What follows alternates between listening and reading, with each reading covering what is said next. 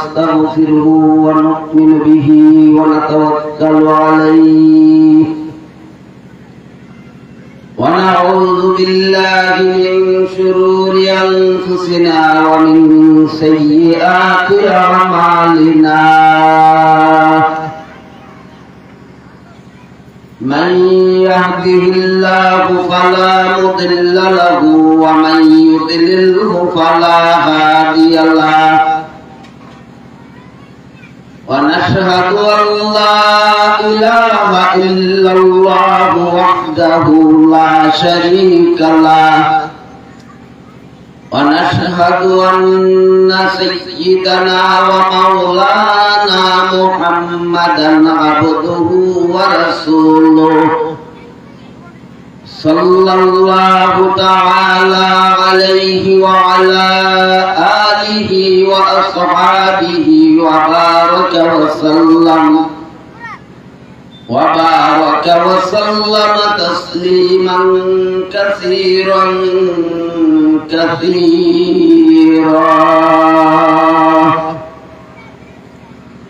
أما بعد فأعوذ بالله من الشيطان الرجيم بسم الله الرحمن الرحيم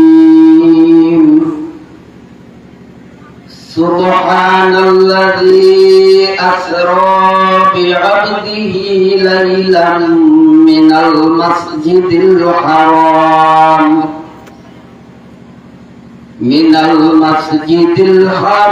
إلى المسجد الأقصى الذي باركنا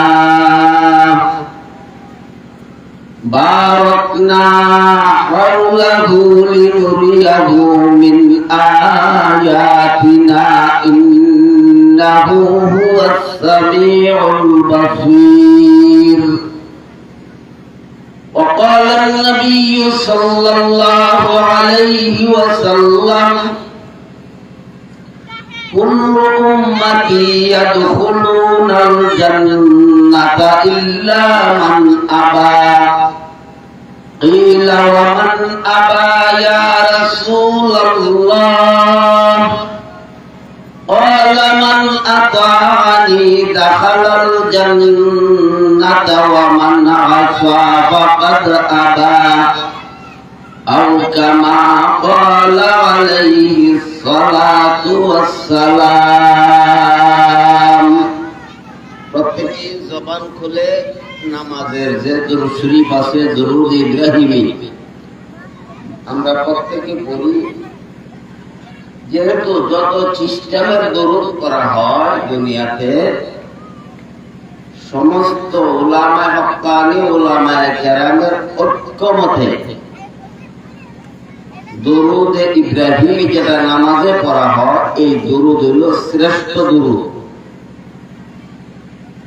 এজন্য আমরা প্রত্যেকে পড়ি اللهم صل على محمد وعلى آل محمد كما صليت على إبراهيم وعلى آل إبراهيم إنك حميد مجيد اللهم بارك على محمد وعلى آل محمد كما باركت على إبراهيم وعلى آل إبراهيم إنك حميد مجيد رب اشرح لي صدري ويسر لي أمري واحلل عقدة من لساني يفقه قولي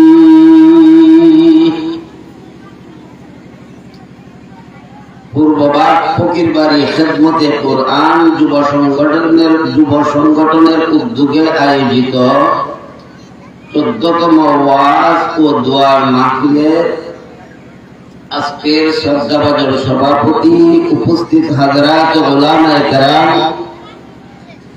অত্র এলাকার দিনদার মুসলমান ভাইয়েরা, পর্দানিশীন মা ও বোনেরা,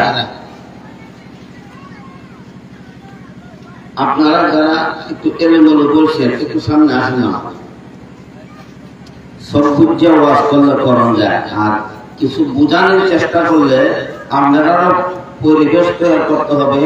আমারও কথা বলা, আপনাদের পরিবেশের অনুযায়ী আমার কথা আছে।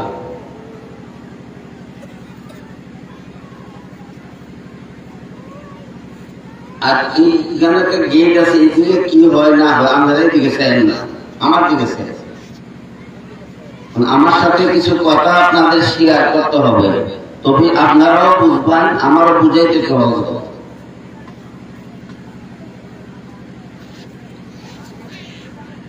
আগে বলছিলাম একটা মাহফিল যারা করে কত যে পরিশ্রম করতে হয়, কত খাটাখাটনি করতে হয়, এটা তারাই বুঝে। এই মাহফিলে যদি একটা লোক যদি এই মাহফিলের কারণে নামাজি হয়ে যায়, আল্লাহর কাছে এই মাহফিলটা কবুল হয়ে যায়। এই জন্য যারা আমরা শোনার জন্য আসছি বা বলার জন্য যারা বসি, আমাদেরও কিছু ইখলাসের দরকার আছে। আমরা ইখলাসের নিয়তে বসি যে যথাসাধ্য দিনের যা কথা হবে, যেগুলি পালন করার চেষ্টা করব, যেগুলি বর্জন করার জন্য চেষ্টা করব। বর্তমান যে মাস চলতেছে আমাদের সামনে, এই মাসের নাম হইল রজব মাস। কি মাস বলেন? কি মাস? রজব মাস। হিসাব রাখতে গিয়া 3টা সন আছে আমাদের সামনে, একটা ইংরেজি সন, একটা বাংলা সন, আর একটা আরবি সন। এখন বেশিরভাগ মানুষ ইংরেজি সন এবং তারিখ একটু বেশি জানে। যত লোকে মাস তারিখের হিসাব রাখে, এর মধ্যে যদি জরিপ লাগান তাহলে দেখা যাবে ইংরেজি মাসের তারিখ এবং মাস সংখ্যা হিসাবে বেশি লোক। দ্বিতীয় নম্বরে গেলে কিছু পাইবেন বাংলা, 3 নম্বরে হইল যারা আরবি সম্পর্কে জানে। মূলত ইংরেজি মাসের হিসাব রাখাটাও জায়েজ শরীয়তে, না জায়েজ না। বাংলা মাসের হিসাব রাখাও জায়েজ, না জায়েজ না। কিন্তু আরবি মাসের হিসাব রাখা মুসলমানদের জন্য, নারী পুরুষের জন্য হইল ফরজে কিফায়া। এখন বলেন ইংরেজি এবং বাংলার চেয়ে আরবি মাসের গুরুত্ব বেশি না কম? কিন্তু বেশি না কম ভালো করি না। তবে যেহেতু ফরজে কিফায়া, কিছু লোক যদি এলাকা আরবি মাসের হিসাব রাখে, তাদের জানার কারণে বাকি লোকগুলি আরবি মাসের হিসাব জানতে পারলে ওই সকলের পক্ষ থেকে ওই ফরজে কিফায়া আদায় হয়ে যাবে। এটা হলো বাঁচার উপায়, সর্বসাধারণ মানুষ বাঁচার উপায়। আরবি মাসের হিসাব ফরজে কিফায়া কেন? ইংরেজি মাসের হিসাব রাখা শুধু জায়েজ, ফরজ হলো না কেন? বাংলা মাসের হিসাব রাখা জায়েজ, ফরজ না। কিন্তু আরবি মাসের হিসাব রাখাটা ফরজে কিফায়া। এর কারণ হইল, আপনারা একটু খেয়াল করে দেখেন, আমাদের মুসলমান ধর্মে যতগুলি ধর্মীয় অনুষ্ঠান আছে, আসেনি না নাই? মহরম আসেনি না নাই?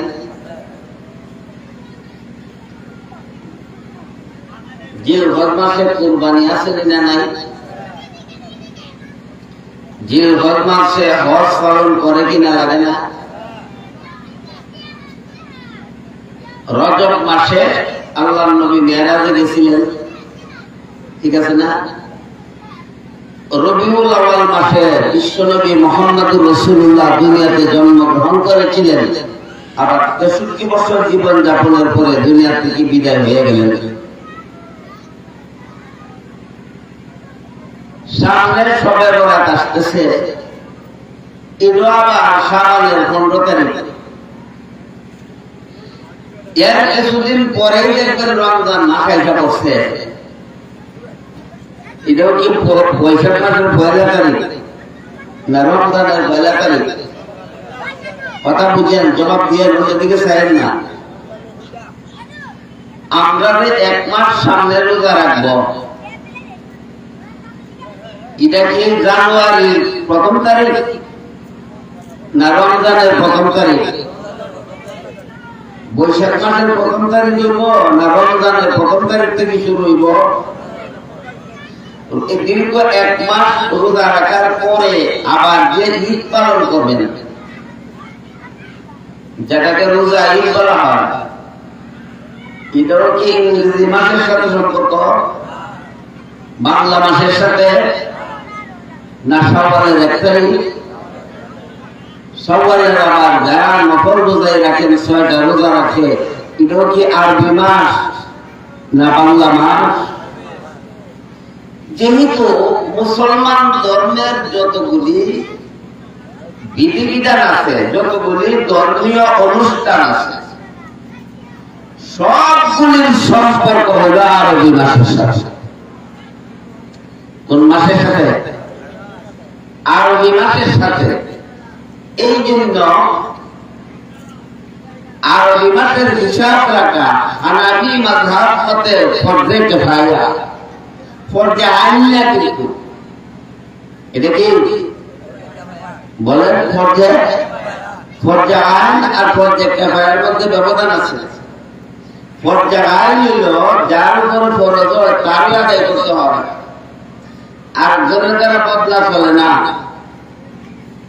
যেমন 5 ওয়াক্তের নামাজ ফরজ, এটা ফরজে কিফায়া না ফরজে আইন? রমজানের রোজা রাখা ফরজ, ফরজে কিফায়া না ফরজে আইন? হজ করা ফরজ, ফরজে আইন না ফরজে কিফায়া? এগুলো ফরজে আইন। এগুলা কি ফরজে আইন? যেহেতু প্রত্যেকেরই নিজে নিজে আদায় করতে হবে।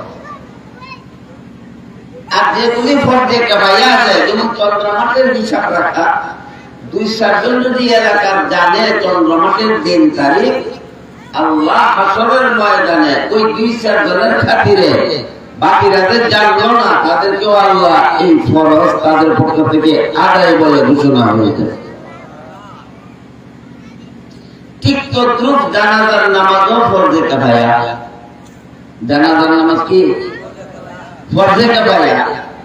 এই জানাজার নামাজ যদি পূর্বভাগের একটা লোক মারা যান, বিনা জানাজায় দাফন করা হয় কোন মুসলমান, তাহলে ওই গ্রামের প্রত্যেকটা মুসলমান হাসরের ময়দানে আল্লাহর দরবারে দাঁড়াইয়া, কাঠগড়ায় দাঁড়াইয়া হিসাব দিতে হবে, একজন মুসলমান মারা গেল, কেন তার জানাজা পড়ানি হইল? আর যদি কয়েকজন লোকে একজন লোকের জানাজা পড়াইয়া দাফন করে থাকে, তাহলে গোটা পূর্বভাগের সমস্ত মুসলমানের পক্ষ থেকে এই ফরজ আদায় হয়ে যাবে। ফরজ কি বলা? এবার সামনের দিকে বাড়ি। এই মাসটা হলো রজব মাস। এই মাসটা কি মাস? সামনের মাসটা শাবান, এরপরের মাসটা রমজান। রোজা কিন্তু আসতেছে। রজব মাসের গুরুত্ব মুসলিম সমাজে আছে না নাই? বলেন আছে না নাই? এর কারণ হইল রজবের 26 তারিখ দিবাগত রাত্রিতে আমাদের নবী মুহাম্মদুর রাসূলুল্লাহ সাল্লাল্লাহু আলাইহি ওয়াসাল্লামকে আল্লাহ প্রথমে মক্কা থেকে ফিলিস্তিনের বাইতুল মুকাদ্দাসে নিলেন। বাইতুল মুকাদ্দাস থেকে 7 আসমান ভ্রমণ করাইয়া সিদরাতুল মুনতাহা পার করাইয়া আল্লাহর আরশ মহল্লাতে বিশ্ব নবীরে নিয়ে গেছেন। এটা ছিল রজবের 26 তারিখ দিবাগত রাত্রিতে।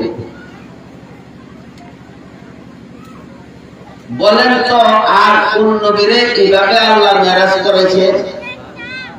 না শুধু আমাদের নবীরে?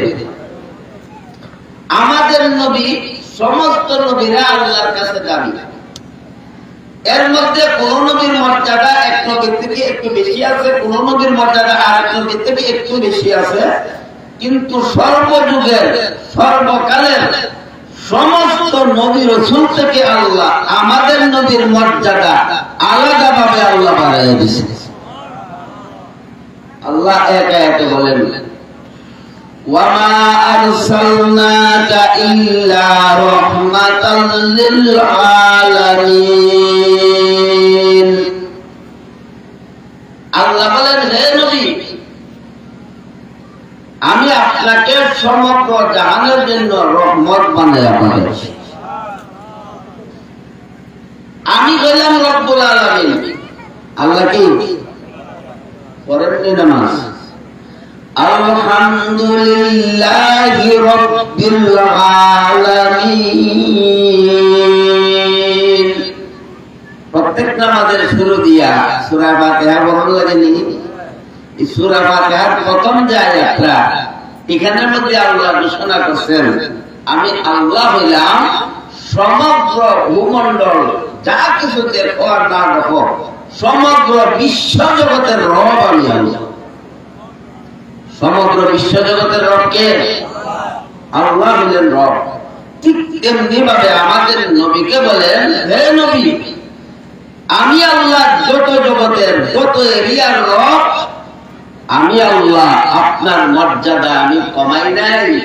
আমি যত জায়গার রব, আপনাকেও তত জায়গার রহমত বানাই আমি আল্লাহ পাঠাই দিচ্ছি। তাহলে আমাদের নবীর মর্যাদা বেশি না কম? না যেমন একে বিভিন্ন জিনিসের সাথে নবীর তুলনা করে। হাসরের ময়দানে বাবা আদম থেকে নিয়ে ঈসা নবী পর্যন্ত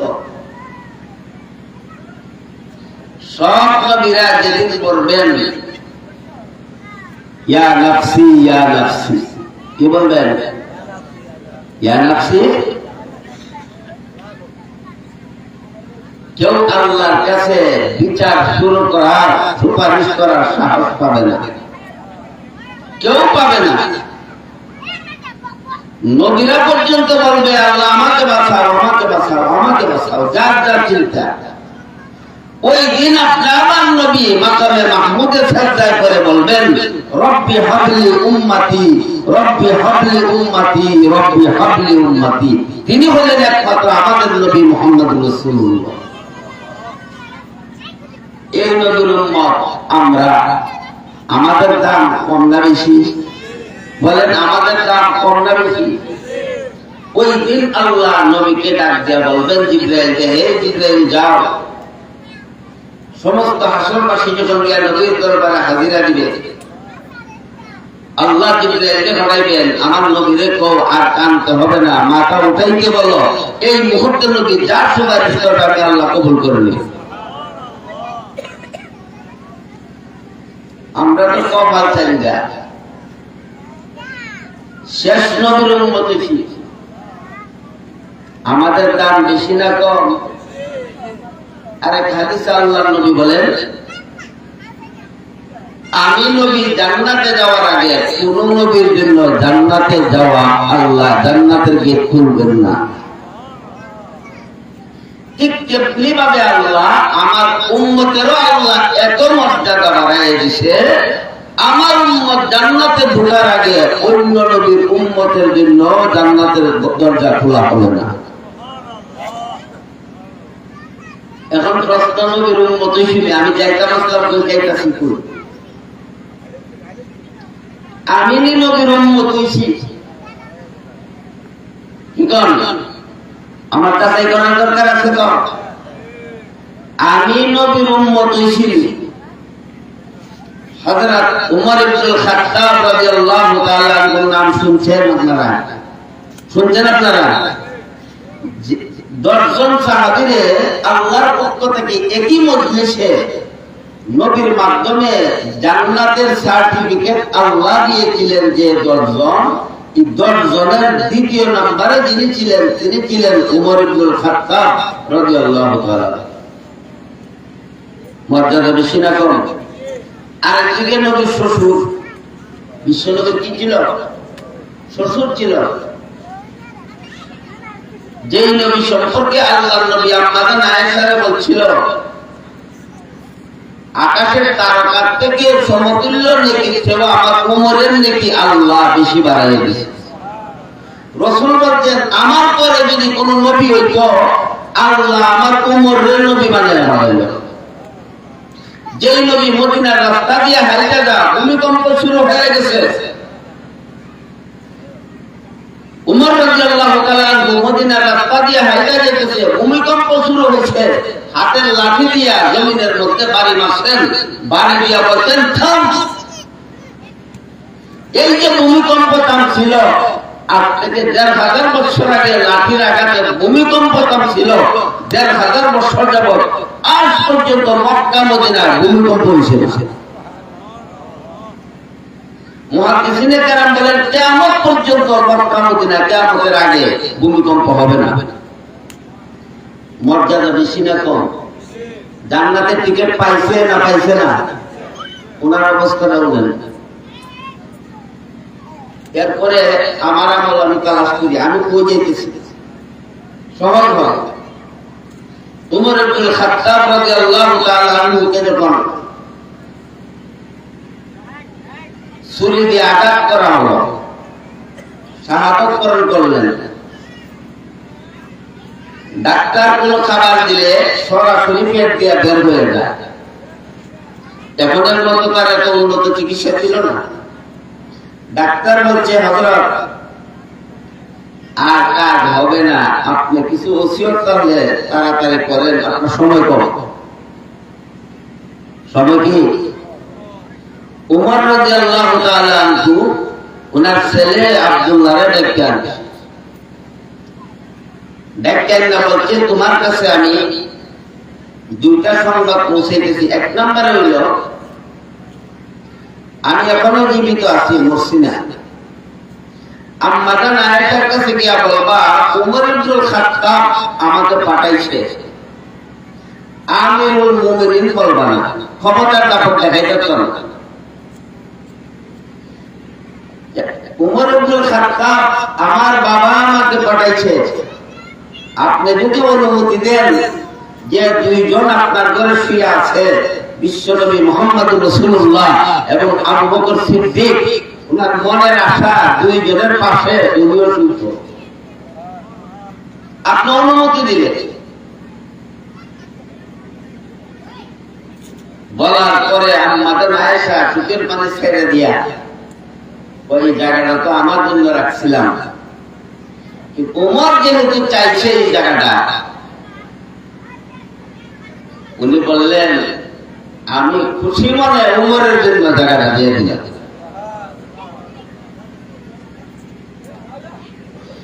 এরপরও ইন্তেকালের আগে আবার বলছে আমার লাশটা নিয়ে আবার রাখবা, ওই সময় তো আমি জীবিত ছিলাম।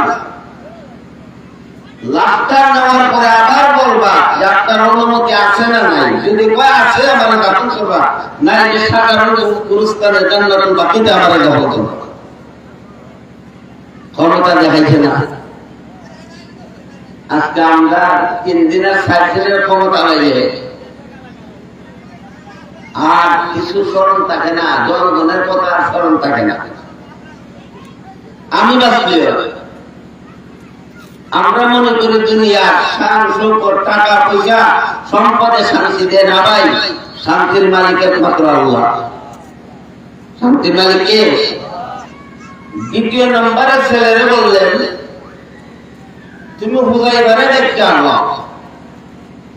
হুযায়ফা রাদিয়াল্লাহু তাআলা আনহু ছিলেন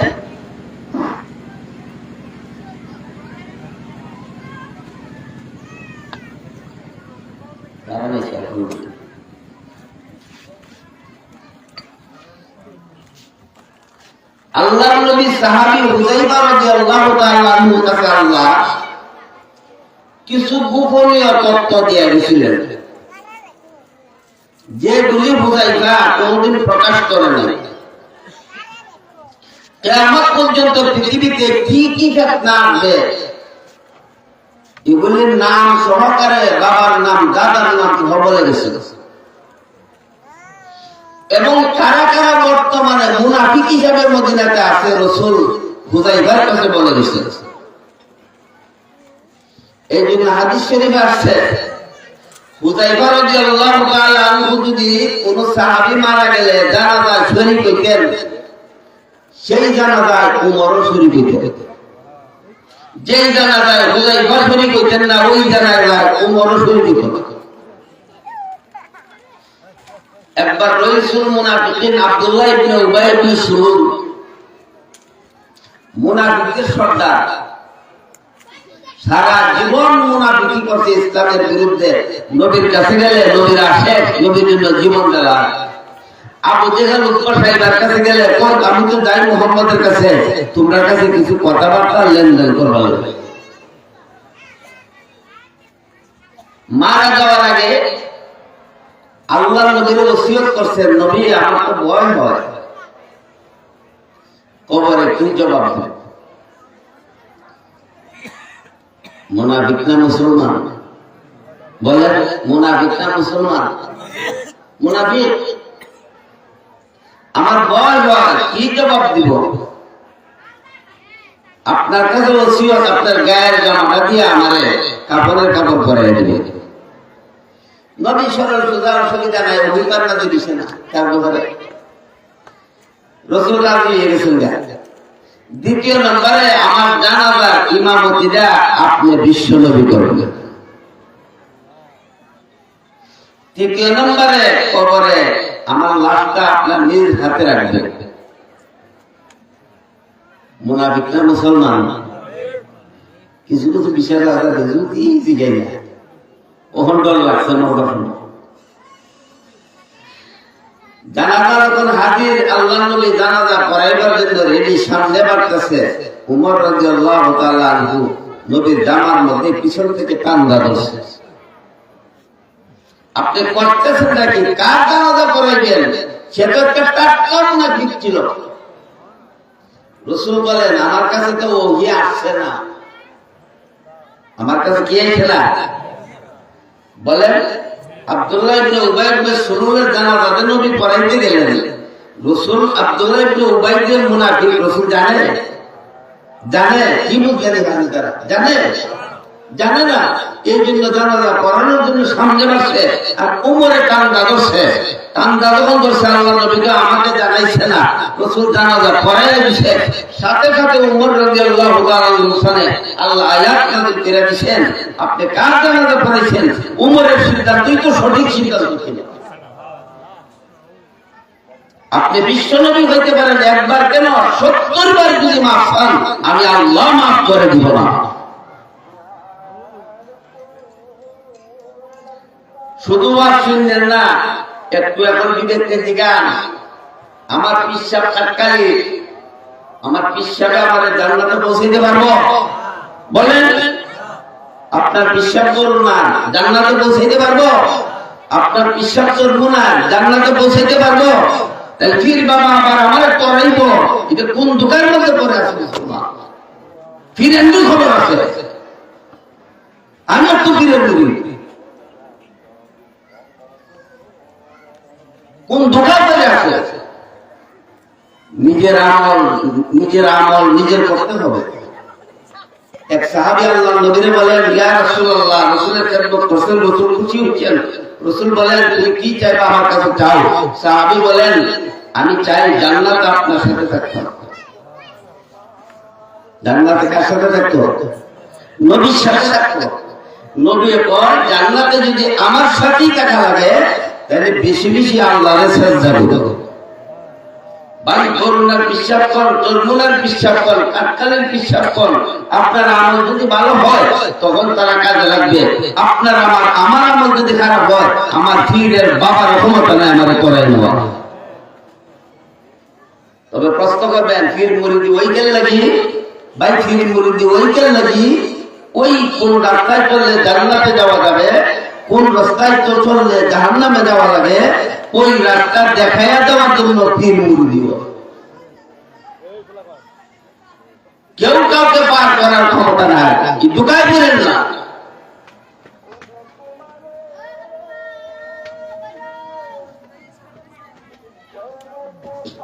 বলছিলাম সর্বগুণী একমাত্র আমাদের নবীরে আল্লাহ রজবের চাঁদের 26 তারিখ দিবাগত রাত্রিতে মক্কা থেকে বাইতুল মুকাদ্দাস নিলেন, ফিলিস্তিন যেখানে যুদ্ধ চলছে। এখান থেকে 7 আসমান পাড়ি দিয়া আল্লাহর আরশে নিলেন। তিনি কে ছিলেন বলেন? কোন নবী? কোন নবী?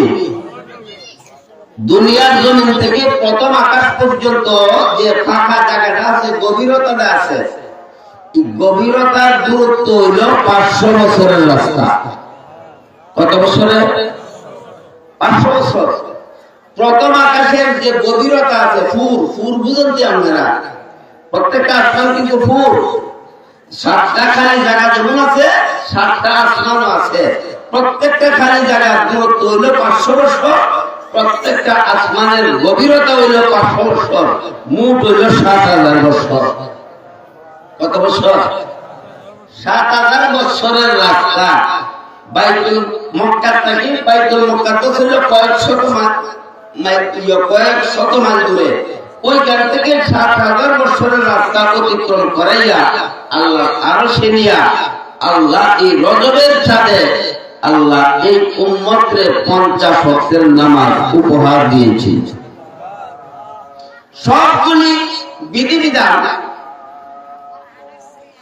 অন্য যত হালাল হারামের পালন করার বর্জন করার বিধিবিধান জিবরাইলের মাধ্যমে আসছে।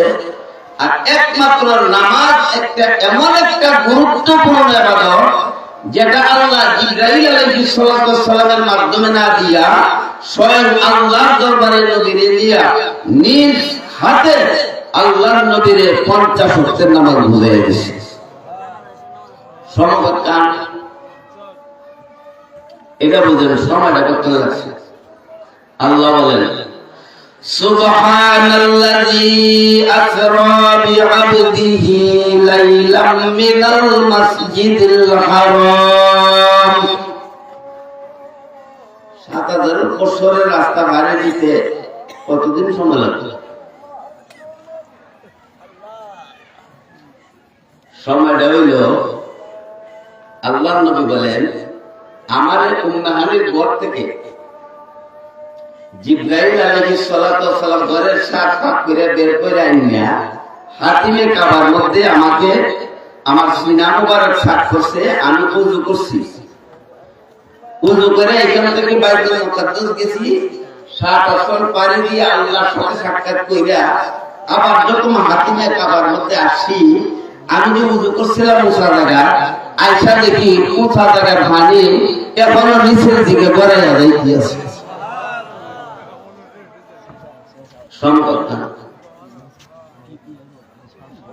দুনিয়ার মানুষের বিয়ে গর্ব বলেন, গর্ব। এই জন্য আল্লাহ ওই ঘটনার বিবরণ দিতে গিয়ে আল্লাহ সর্বপ্রথম যে শব্দটা ব্যবহার করছেন সুবহানাল্লাহ ব্যবহার করছেন। আপনারা যেমন শুনে বলছেন সুবহানাল্লাহ, এর অর্থ হইল আল্লাহ পবিত্র। এর অর্থ কি? আল্লাহ পবিত্র। আল্লাহ পবিত্র মানে কিসের পবিত্র? আমরা নাপাক থেকে পবিত্র হই, আল্লাহ কি নাপাক থেকে পবিত্র? আল্লাহ নাপাক থেকে পবিত্র না। মুফাসসিরিনে কেরাম বলেন আল্লাহ সুবহানাল্লাহ দিয়া বুঝাইতে চাইছেন মেরাজের পুরো ঘটনাটাই আশ্চর্য। দুনিয়ার কোন মানুষের ব্রেনে আর কাজ করবে না। এটা এত একটা অসাধ্য ব্যাপার, এটা এমন একটা জিনিস যেটা মানুষের জন্য অপারগ। আল্লাহ যাবতীয় অপারগতার থেকে পবিত্র। আল্লাহ কি যাবতীয় অপারগতার থেকে? বলেন আল্লাহ কি পবিত্র? যাবতীয় অপারগতার থেকে আল্লাহ কি পবিত্র। এই জগতের মানুষ এত দূরত্বের রাস্তা কোন মানুষের দ্বারা সম্ভব না পার করানি। রাত্র আবার কিছু সময় যে শব্দটা ব্যবহার করছেন লাইলান শব্দ ব্যবহার করছেন, অর্থাৎ পুরা রাত্রে না, কিছু সময়। আবু জাহেল সকালবেলা যখন আল্লাহর নবী মেরাজের ঘটনার বিবরণ দেয়, অনেক লম্বা কিনা বিস্তারিত, কিন্তু আলোচনার সময় নাই, সংক্ষেপে বলতেছি। রাসূল যখন নামাজের পরে যখন মেরাজের ঘটনার বিবরণ দেয়, আবু জাহেল কয়, ওর দিন তো ভাবছিলাম আধা পাগল, ওর দিনে বুঝছি পুরা পাগল দিয়েছি। পাঁচটা কাজ করছেন। আমরা তো জানি তুমি কোনোদিন বাইরে গেছো না, ফিলিস্তিন গেছো না। তুমি কইতেছো ফিলিস্তিন গেছো, এখানে গিয়ে আবার সমস্ত নবীদের মুক্তাদি বানাইয়া তুমি ইমাম হইয়া নামাজ পড়াইছো, ফেরেশতারাও তোমার পিছনে মুক্তাদি ছিল। বাইতুল মুকাদ্দাস গেছো, তুমি যে রাত্রে বেলা বাইতুল মুকাদ্দাস গেছো, তুমি কৌসার বাইতুল মুকাদ্দাসের সারাটা মসজিদের কয়টা দরজা আছে, কয়টা জানালা আছে, তুমি এরকম বেঈমান আমাদের সমাজে আসেনি না নাই? হ্যাঁ, আলেম ওলামার আটকাইবার চেষ্টা করে, আসেনি? এটা সবগুলি দেখবেন জানামাজি তালাশ করে দেখবেন, যত যেগুলি আলেম ওলামার দোষ তালাশ করে এগুলি জানামাজি, আর দালালি ভাবে যেগুলি আলেম ওলামারে বকে আপনি তালাশ করে দেখেন, কোন না কোন সূত্রের জন্মের মধ্যে ভেজাল আছে, জন্মের মধ্যে ভেজাল আছে। আল্লাহ নবীকে বাইতুল মুকাদ্দাস আল্লাহ দিয়েছিলেন মসজিদের দরজা বন্ধ লাগি, জানালা বন্ধ লাগি, মসজিদে উঠতে পড়া সিরিয়াতে এটা বন্ধ লাগি গেছিলেন। রাসূল চিন্তা করে গেছেন মাথা নিচের দিকে দিয়া, আল্লাহ সাথে সাথে জিবরাইল আমিনকে পাঠায় আমার নবীরে কোন নবীর চিন্তা করতে হবে না, আমি আবু জাহেলের সামনে নবীর বেইজ্জতি করব না। নবীরে বলেন চেহারা সামনের দিকে উঠাইতো, আমি বাইতুল মুকাদ্দাসের পুরা ছবিটা নবীর সামনে ধরে দিলাম। রাসূল বাইতুল মুকাদ্দাসের ছবি সামনে দেখতেছে, বলতেছে পূর্ব দিকে এতটা দরজা, দক্ষিণ দিকে এতটা দরজা, উত্তর দিকে এতটা দরজা, পশ্চিম দিকে এতটা দরজা, এতটা জানালা, এতটা সিঁড়ি, ওই দরজার মধ্যে এতটা শিক আছে। আবু জাহেল মাথা নিচে দিয়া ব্যাপারটা ভিতরে কইটা যদি সব সত্য, কয়টা যদি সত্য মানতে পারবে না, জিতরা উঠতে গিয়া দৌড়ে গিয়া আবু বকর সিদ্দিক রাদিয়াল্লাহু তাআলা বলে দেয়া বাইরে রাস্তা। আবু বকর সিদ্দিক এই সময় ছিলেন না, যখন ঘটনার বিবরণ দেয়, ইয়া আবু বকর তোমার তো সারা জীবন বুঝাইলাম তুমি মুহাম্মদের বিচার না, দল সম্পদ সব শেষ করলাম মুহাম্মদের বিচার হইয়া, আজকাল তোমার নবী কত ভালো, কত বড় ভালো, তুমি কি ঘটনা? ও ঘটনা হইলে তোমার নবী আজকে রাত্রে বলে বাইতুল মুকাদ্দাস গেছে, আবার সারাটা আন্ধারে দিয়া আল্লাহর আরশ মহল্লা গেছে, আবার রাত্রে বেলা আইছে, তখন তুমি কো ভাগল কইবা না। আবু বকর সিদ্দিক রাদিয়াল্লাহু তাআলা আনহু কয়, তুমি যে কথাগুলি বলতেছো এই কথাগুলো কি সত্যি নবী তোমার সামনে বলছে? আরে তুমি কও কি, আমি নিজে শুনি নাই যে তোমার নবী বলছে। আবু বকর সিদ্দিক বলেন, আমার নবীর জবান দিয়া যদি এই কথা বের হয়ে থাকে, এই কথা কেন এর চেয়ে যদি কোনো আশ্চর্য কথাও থাকে, আমি আল্লাহর নামের কসম গায়ে বই 100% সত্য, এত কোনো সন্দেহ নাই। কাজ হয়েছিলি আবু জাহেলের ষড়যন্ত্র কাজে আসছেনি। আবু বকর সিদ্দিক রাদিয়াল্লাহু তাআলা আনহু যে 10 জনের জান্নাতের সার্টিফিকেট দিয়েছিলেন, 10 জনের 1 নম্বরে বলেন আবু বকর সিদ্দিক রাদিয়াল্লাহু তাআলা আনহু। আল্লাহ 50 ওয়াক্তের নামাজ নবীরে আল্লাহর আরশ মহল্লায় নিয়ে দিলেন। ফিরা যখন আসেন, হযরত মূসা নবীর কাছে যখন আসছেন ফিরা, মূসা আলাইহিস সালাম অভিজ্ঞতা সম্পন্ন নবী, উনি বলেন আপনার উম্মতে কি দিছে? নবী তো খুশি, 50 ওয়াক্তের নামাজ পড়েছে। মূসা নবী কয়, আমি তো শেষ আছি দুনিয়াতে, আমার অভিজ্ঞতা কম, আমি আগে গিয়েছি, আমি তুমি কয় হাজার বছর আগে 2 ওয়াক্তের নামাজ দিয়ে আমার উম্মতের আসে না। কাজ করেন রসুল গেছে, আল্লাহ 5 ওয়াক্ত কমাই দিছে, আবার আইছে কতদূর কমাইছে, 5 ওয়াক্ত কমাইছে, ওই তো না, হাত তো না, আপনি আবার যাবেন। এইভাবে নবীদের 9 বার মূসা আলাইহিস সালাম আল্লাহর দরবারে পাঠিয়েছে। কয়বার পাঠিয়েছে? তাহলে 5 নং বলেন, 5 নং গেছে নাকি? আর রয়েছে কত? রয়েছে 5 ওয়াক্ত। এখন মূসা আলাইহিস সালাম কয় যে কি ব্যাপার তা সম্ভব না। আবার যান, নবী কয় আমার এখন শরম লাগে, 9 বার বেশি আপনার কথা শুনিয়া প্রতিবারই বানাইছে। এখন যে যাইতাম যদি আগের বারের মতো লইয়া জায়গা তো লইয়া দাম কি লইয়া যা। সাথে সাথে জিবরাইল আলাইহিস সালাতু ওয়াস সালাম নবীর কাছে আয়েশা বলে দিলেন লা তাবদীলা লিকালিমাতিল্লাহ, হে নবী আল্লাহর কথার কোনো পরিবর্তন নাই। আল্লাহ আপনার উম্মতের এখন যে 5 ওয়াক্তের নামাজ দিয়েছে, এই 5 ওয়াক্তের নামাজ ফরজ, এর থেকে আল্লাহ কমাইবেন না, গেল কাজ হবে না। তবে আল্লাহ একটা সুসংবাদ আপনার উম্মতরে আমার মাধ্যমে দিয়ে দিয়েছে। ও কি সুসংবাদ? সুসংবাদ হলো এই দৈনিক 5 ওয়াক্তের নামাজ যদি আপনার কোন উম্মত সঠিকভাবে আদায় করে, নারী হোক আর পুরুষ হোক, আল্লাহ গুনাহ স্বরূপ 50 ওয়াক্ত নামাজের সওয়াব তার আমলনামায় দিয়ে দিবেন। আমাকে নামাজ ছাড়তাম না ধরতাম না, বলেন নামাজ পড়া কি পড়তে কেফায়া না পড়লে আল্লাহর কাছে হিসাব দিতে হবে। আল্লাহর নবী বলেন হাসরের ময়দানে সর্বপ্রথম যে হিসাবটা হবে এটা ফরজ নামাজের হিসাব হবে। ফরজ নামাজের হিসাব যদি ঠিক হয়ে গেলে আল্লাহ হাসরের ময়দানে খুশি হয়ে গেলে রাসূল বলেন আল্লাহ আমার সাথে ওয়াদা করছে 5টা পুরস্কার দিব আমার উম্মতরে। এর মধ্যে হইল 5 ওয়াক্তের নামাজ যারা যথারীতি আদায় করব, সব মানুষ হিসাব নিয়ে ব্যস্ত থাকবো।